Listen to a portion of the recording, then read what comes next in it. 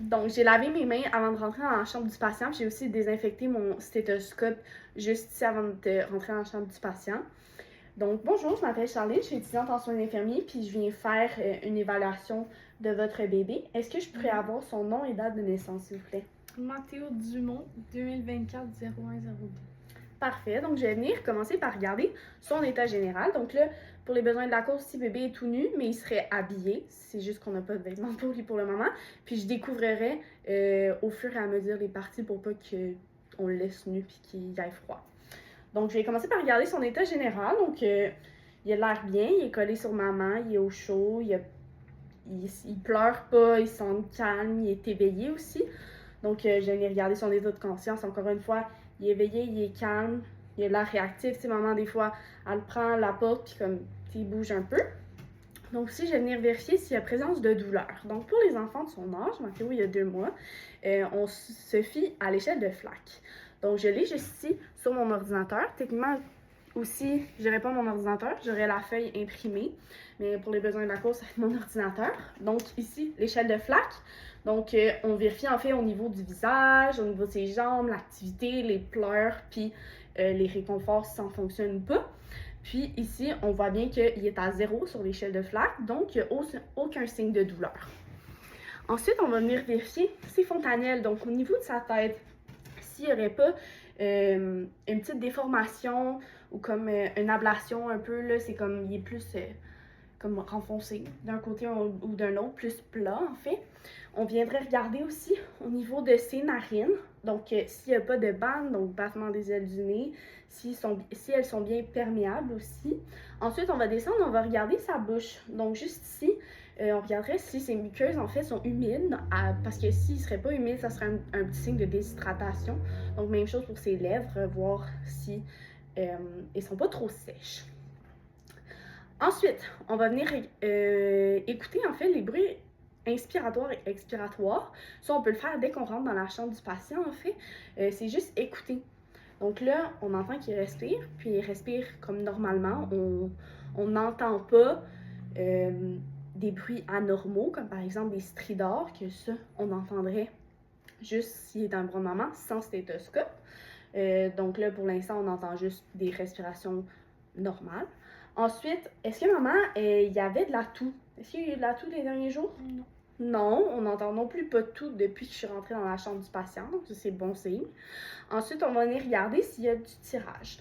Donc pour le tirage, on va venir regarder sus sternal, donc c'est juste au milieu en fait, juste ici.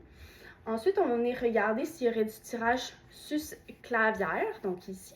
Ensuite, on va venir regarder intercostal, donc c'est les côtés, juste ici. Donc en fait, du tirage, si on va vraiment le voir comme forcé avec sa cage thoracique. Puis ensuite, on va venir regarder sous-sternal, qui est plus ici. Donc comme où que le V, c'est comme la pointe du V en vrai. Puis ensuite, on va venir regarder sous-costal. Donc, c'est plus sur les côtés, ici, en bas de la cage, bien, au niveau de la cage thoracique, mais plus à niveau plus bas.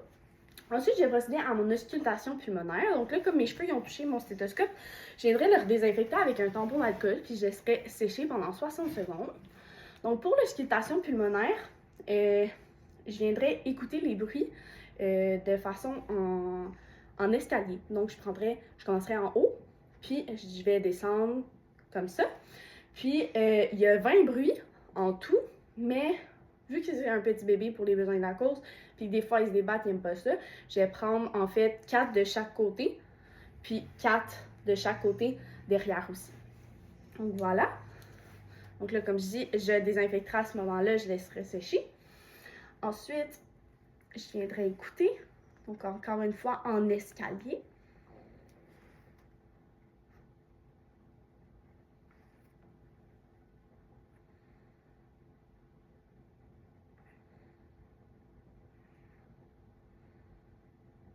Parfait. Est-ce que vous pouvez retourner le bébé, s'il vous plaît?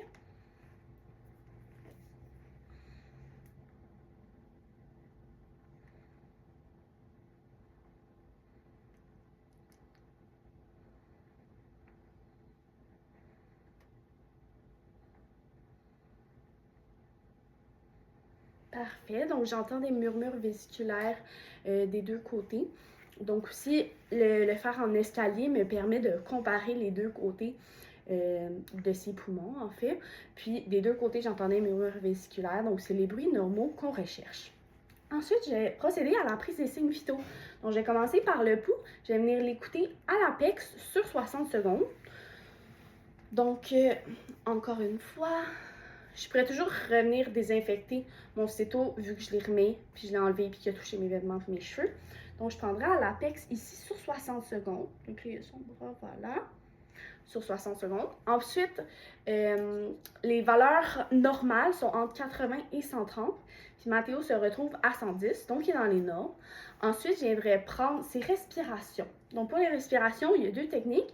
Soit je peux mettre ma main sur son abdomen, ou je peux juste tout simplement un peu ouvrir son pyjama pour bien regarder avec mon stéthoscope aussi que je pourrais déposer pour bien entendre les bruits.